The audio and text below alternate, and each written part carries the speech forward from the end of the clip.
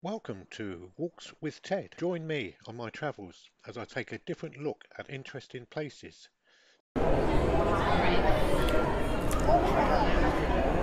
Hey, welcome to day 20 of the our tour of Washington DC, and at long last you haven't got to look at no paintings, you ain't going to look at no memorials, you're going to actually look at something a little bit more interesting. And if you look behind me, you can see it. Yep, if you've not recognized it, it's the space shuttle. Finally made it. We've had to catch a train, a bus and go to get out here to the Space Museum, Air and Space Museum out at Dulles Airport in Washington. So anyway, I'm going to turn the camera around now and I'm going to give you a full guided tour of the space shuttle, I think. Yeah, I just didn't realise how big it was. And this is an actual one. It's not the copy, it is the actual one that went to space. I tell you which one. Oh, it's Discovery. This is Discovery. And I think Discovery did more trips than any other space shuttle. You can actually see all the tiles on the bottom and the maneuverability jet thruster holes there. It is, wow.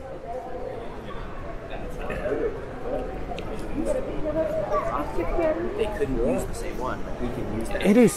It is amazing how long it is, and the way all those tiles fit so closely on the bottom.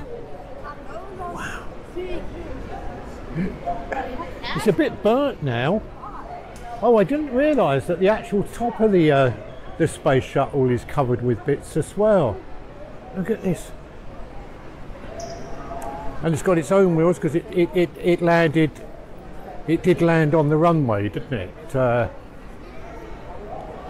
Anyway, let's go up these stairs here, and then we can look at it from above.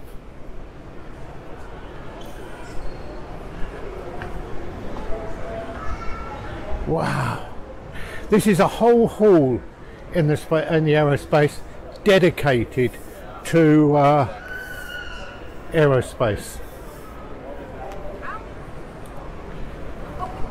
But not only have they got the space shuttle here, but they got all these satellites hanging from the ceiling and balloons, and wow. I don't know how long then it's going to allow me to stay in here, but I don't think all week somehow. Anyway, look, and you can actually see the engines at the back. Let me just show you. There we go. So there it is, Discovery. A real live space shuttle. Amazing. Totally and utterly amazing to think that they've got one here. But not only that, as I said earlier, all the other bits we can have a look at. We're booked on a tour actually. Yeah, we've got a tour around the centre here. But up there they've got, I don't know if you can see on the ceiling,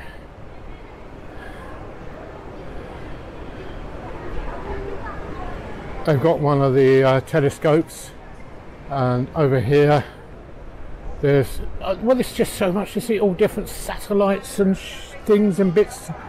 Even got a spaceman hanging from the ceiling. It's, well, no. Anyway, I'm going to stop talking. I'm going to go and have a good look round now.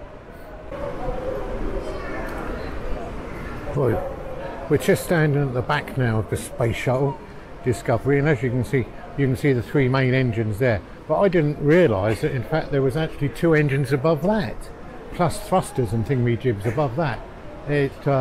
Anyway, they will allow us to walk right underneath it, so that's what I'm going to do now, is actually walk. Oops, sorry.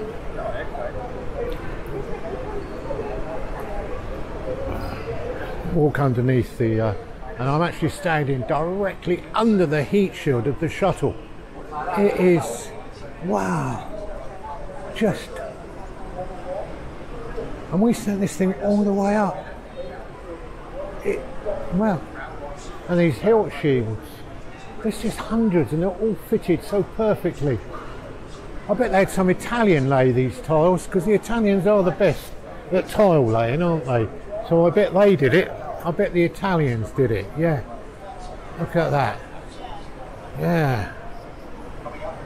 And for those younger people amongst us who don't remember, the actual shuttle, when it took off, it took on the back took off on the back of a big rocket there, and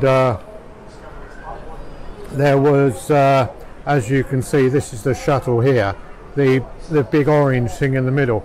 That was the fuel tank, and then you had two solid booster rockets on the side.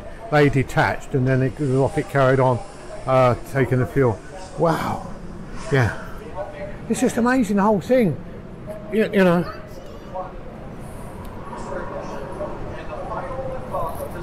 Anyway, let's just carry on walking around, shall we? This video might go on longer than any other one. Yeah, they've even got the robotic arm, which used to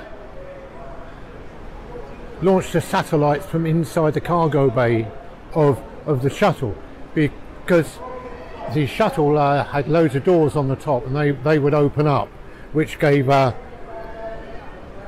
access to the shuttle bay, which is, I think, the size of maybe two cargo thingamajibs. And this, rather than them launch with little rockets, they had this army thing, which is this long thing, which was actually built by the Canadians, because they've very carefully gone and put their stamp on it, and then that would grab hold of the satellites that were in the cargo bay and actually pull them out and launch them from the cargo bay, so it didn't cause no damage to the shuttle. And that was actually mounted inside the cargo bay. Wow, brilliant.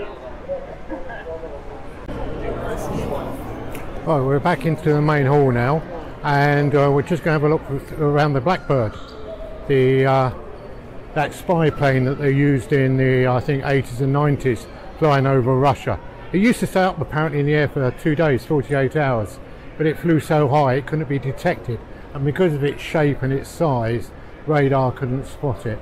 But anyway, this is an actual plane, and this one was flown for nearly 24 years. I know it's been superseded because its last flight was in 1990. I presume it's been replaced by drones. But anyway, let's go over and have a look at it, shall we? Well, let's do it from tip to toe, as they say. There's the start of it. I'm not sure how long it is, but by golly, it is long. And it's this funny, I think the first of these funny shaped planes that reflected the radar image off it, so it couldn't be seen by the ground by radar. And its two engines are hidden in very big engine cowl, which obviously keep the heat source away, so it can't be picked up from heat either. It's well, it is big. It is a lot bigger than what I thought. I presume now it's been replaced by drones rather than planes like this, because as I said, it stopped flying, I think, in the year 1990. It's quite amazing, really, isn't it, how big it is? Quite amazing. Yeah, wow. There you go. I don't know if this was the one that the film Firefox, was it Firefox with Clint Eastwood, was based on, when he went to Russia or somewhere and stole it back. I think this was the same plane. Anyway, wow. It's good to see. That was an extra bonus, that was. Wow.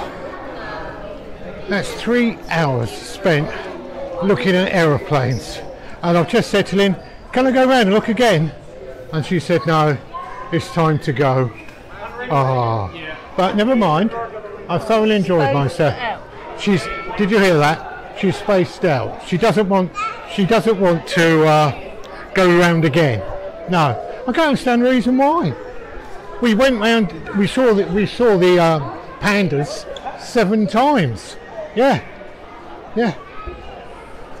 Anyway, I think she's going to go and get a sticky badge. Are you? Okay. All right. Let's go and find the bus now. Well, that was good fun. No. Oh, no need to be like that.